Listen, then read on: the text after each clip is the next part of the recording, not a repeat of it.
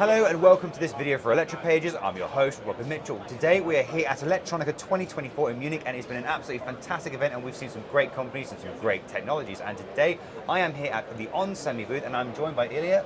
Thank you for having us today. You're welcome. Fantastic. So, just before we dive into what's going on around here and what you're going to show us today, just tell the audience who you are, what you do, and what you like to do in your free time. What I like to do in my free time.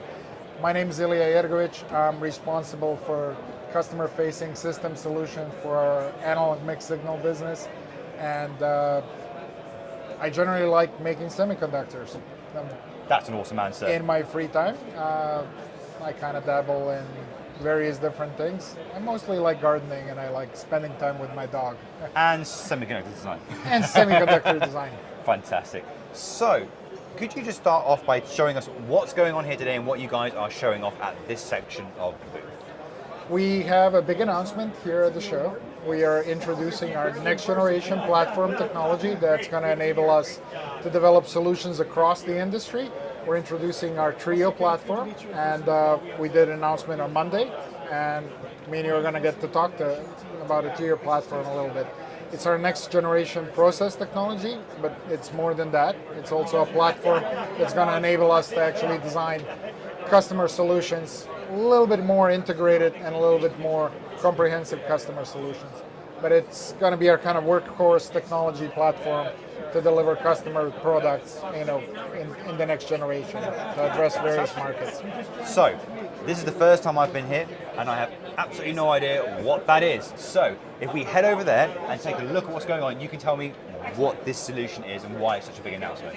So, why did we choose Treo? Treo really kind of came from this context of like three different things that it's combining, and it's really a bipolar, CMOS, and DMOS. It's not new, it's a BCD technology, but what's new about it, it's the industry-leading 65 nanometer BCD technology. It's 175 degrees C qualified, meaning it's actually automotive ready, and it's a massive amount of voltage range that it supports in doing that. It actually supports from 1 volt all the way to 90 volts, and basically industry-leading BCD 65 technology. Why is 65 so important, right? The future applications that we're seeing from the market are really requiring a lot more data processing. Right. And which means compute. Yeah. And what we're enabling in the 65 technology is dense digital that we can now combine with our mixed signal solution. So we have dense digital down in the 1 volt domain. We have an analog domain that's industry leading analog domain and the 3 volt domain. And on top of that, built actually the DMOS switches that'll support all the way from down at 3 volts all the way to 90 volts. Wow, and also enabling isolation. What kind of solutions can we create with that? Yeah. Well, we can create solutions in sensing, we can create solutions in advanced communications, and we can create solutions in power management, all on single piece of silicon. Yeah. Or discrete pieces of silicon. We also built the platform that's extremely modular. So if you don't want 90 volts, we won't include those pieces. If you need 70 volts, we'll just include up to there. If you need 45 volts, we'll include up to there, allowing us to customize the solutions for our customers as we build the IC solutions and system solutions eventually for our customers. So my first question, just make sure I understand this correctly. Bipolar CMOS, that's complementary metal oxide, semiconductors. DMOS, is that depleted MOSFET? Is that? Yes, I mean it's basically a power MOSFET. So typically you have bipolar devices. When you're building analog devices, you want your NPNs, PNPs, right? Bipolars. Yeah. You want your CMOS so you can get your standard cells and actually integrate in all of it. And DMOS is kind of like the higher voltages, right? Yeah. And DMOS used to be like kind of an extended range, specific process. What really this has is really LDMOS or laterally diffused MOSFET devices. And so it's self-aligned LDMOS technology. And does that mean that all three technologies are on the same plane in terms of the semiconductor itself? Yes. Oh, right. Okay. So you, oh, wow. Okay. So you can, and that's why you're saying that you get your compute in there. So you get your analog front end, which could be your bipolar devices, your power part, which is your DMOS, and that's going to handle the higher voltage stuff. Exactly. And then your CMOS processor that could sit right next to it on the same chip. The super dense 1.2 volt CMOS, Blimey. really leveraging that 65 density is right there on the same process. So that means now we can combine our sensing, meaning our analog front ends that we've developed, right? And some of the analog front ends and some of the converters servicing the analog front ends are going to be, co-designed in both technologies. Right? Now, that's going to enable a massive reduction in external components, surely, because you can combine all those subsystems into one integrated monolithic device. Exactly. Now, I can see an example of one of the wafers here. Now, I can sort of see the rectangles. Is that the size of the chip itself? No, Or is it that specific wafer that you're staring at is probably one of the shuttle wafers. So you're actually seeing, the bigger squares that you're seeing, that's actually one of the shots. And so inside there will be lots of smaller ones that you can then pick off. Okay, Yes. I was about to say, because that would have been a massive die size. That would have been a massive die size. But still though, even then, like you said, because you combine all those technologies into one chip, you can reduce external component count, and also, I'm guessing that you probably get improvements in sensor readings and accuracy and precision and control, because by keeping it all together on the same chip, data lines are shorter, interference is reduced. Well, it's also a higher fidelity technology relative to other technologies. So some of our sensor readings are actually improving by like a factor of 2. Yeah. Right. So the examples of obviously devices that we're putting, we have, ultra low power AFEs for continuous glucose monitors that we create, and actually the accuracy of those sensors, they require very low power, and obviously, the sensing solution is really high impedance as well. So that accuracy actually doubled in this technology. Why? As we move to better analog technologies, we're also getting better characteristic of those analog devices that allow us to create better quality AFE solutions, right? Analog front ends, right? Being AFEs. Now, something that's caught my eye is that I can see some Ethernet connectors here, and I've also seen like I saw it somewhere around here, the base 10 gigabit internet. Here we go. Yeah. Now, if you have DMOS devices, which can go up to 90 volts. Now, I might be wrong here, but if I remember correctly, Ethernet connectors and specifically the connection topology tends to use quite high voltage in terms of like transmission. So I think it's something with 70 to 90 volts, is it not? Across cables. Yeah, not quite. There is some requirements for specific technologies like 10 base T1S, which is going to get deployed in the automotive space to be able to withstand 90 volts. So we can kind of deploy. There are some applications of that technology. Obviously, Ethernet is somewhat isolated, so it has some isolation. But that isolation is capacitive and external and so what. But what actually this integration allows in car applications, for instance, in future car applications with 48 volt networks, we now have the way to power those Ethernet transceivers off of 48 volt on a single chip. Oh, right, yes, of course. And we have, advanced sleep modes and all of that in our products that are going to allow you to be ultra low power, meaning low leakage technology. So this is not kind of vanilla CMOS 65 from compute from the old times. It's like lower leakage technology, which means we can create solutions that can create extremely long lives, right? The applications like CGM, obviously you want something that in this technology has to live off the battery minimum 2 weeks. That's a standard for a CGM device that you want to wear on yourself. Off not that big of a battery, right?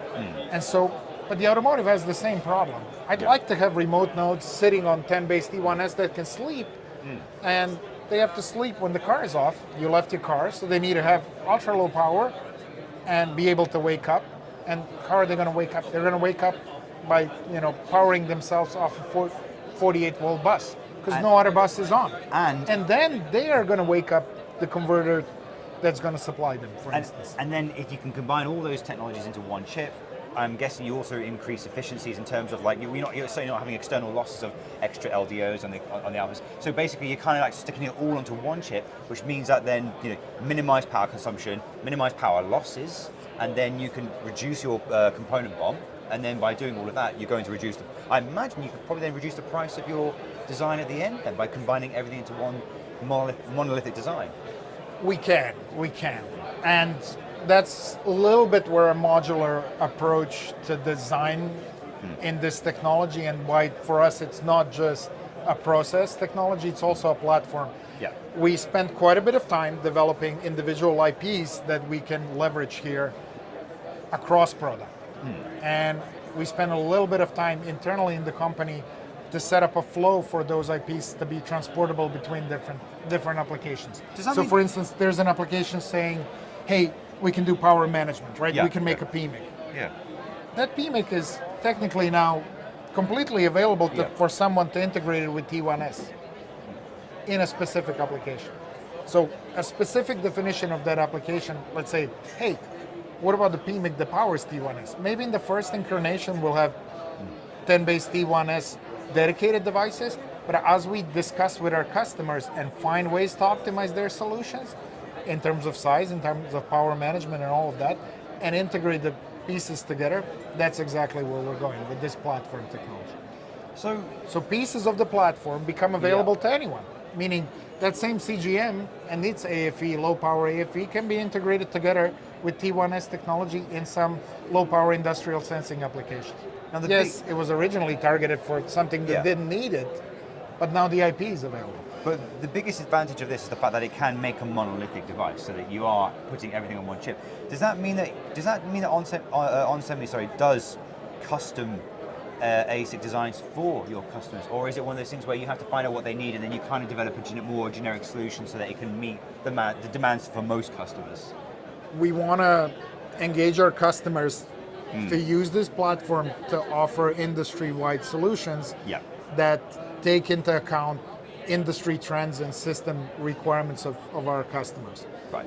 But it does give us an opportunity, when the opportunity is right, for us to engage customers on fully custom ASICs. Because with a differentiation that now that fully custom ASIC is not designed from scratch. It has access to all the IP if we need it. And so you which means mix and match what you need, essentially. we can very rapidly actually respond to our customer need in case there is an ASIC application. For maybe a customer that has a very specific need, and obviously business-wise that engagement makes sense. But generally we'd like to use this platform to really help our customers develop system-level solutions that are transportable more in like ASSPs, right, than ASICs, right? Our goal is to be able to create ASSPs that integrate more of the system requirements or system demand into our end solutions. Does onsemi actually manufacture the wafer themselves, or is that a fabless process? No, it is not. This is our fab. Internal. Yes, this is our internal fab. And so if I was a potential customer, I would personally absolutely die at the chance to have a triple technology combined monolithic device. And so, like you said, in terms of future business that your company might do, you guys could think about potentially doing custom chips, in the sense that, if there is a customer who really does need to have a very particular set of IPs that you guys have developed, you can mix and match, put them onto the same chip, and then get that produced. Yes. Well, that is the goal of the Treo platform. Yeah. To some extent, the goal of the Treo platform is to figure out how do we do that cost effectively internally for us, but also at a cadence where it's relevant to our customers, meaning how do we do that on a 9-month basis? Not like, oh, here's our customer, they came up with an idea, right? You could have, you could just have the BCD process, right? Customer shows up, says, hey, what am I doing with this process? Hey, you could design all of this. We start from scratch every time we're building. So there's another element, like we said, to the platform, which is the set of IPs. Every single product that we've released right now, and we've released a multitude of products already, some of them are individual function products, but for instance, LDOs. We've released about 7 LDOs on the platform already. Very simple function. But now these LDOs, IPs, are available for integration into custom project. Except, we think we can now turn a custom ASSP or a custom ASIC in something like 9 months. And 9 months is a very short period of time. Exactly. In the semiconductor industry. And when you talk about mixed signal devices as well, and you mentioned, you've already launched, I think, 7 LDOs.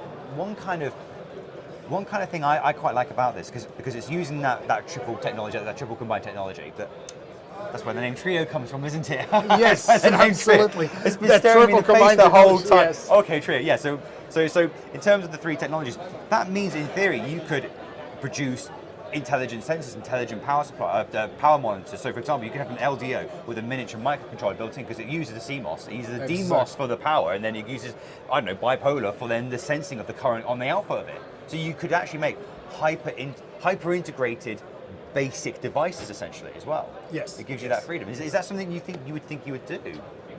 Is that Yes, an option? Well, the company already, to some extent, does exactly that. Yeah. Some of the more complex examples is, I don't think they're like the ultrasonic park sensor, right? It obviously has an MCU, has an AFE on it. Oh wow! And so it's using the Treo platform. using the Treo platform. Oh blimey! Right. That one right there, isn't it, in Yeah. the middle? Yeah.